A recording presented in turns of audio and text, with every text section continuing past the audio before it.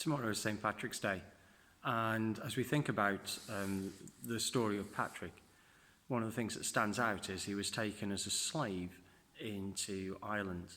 And actually, that's where he took on the faith of his family, which were Christians. His granddad was a priest, his dad was a deacon.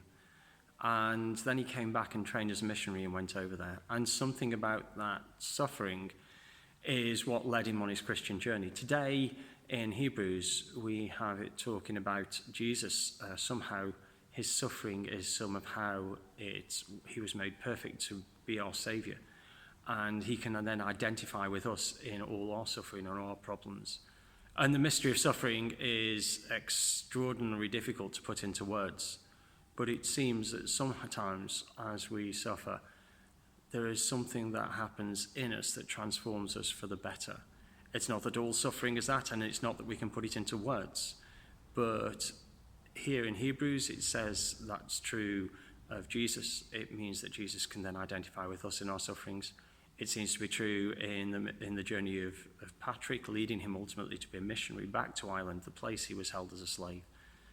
And that sometimes in our dark and difficult times, it actually shapes us into the person that we'll become, that God can use.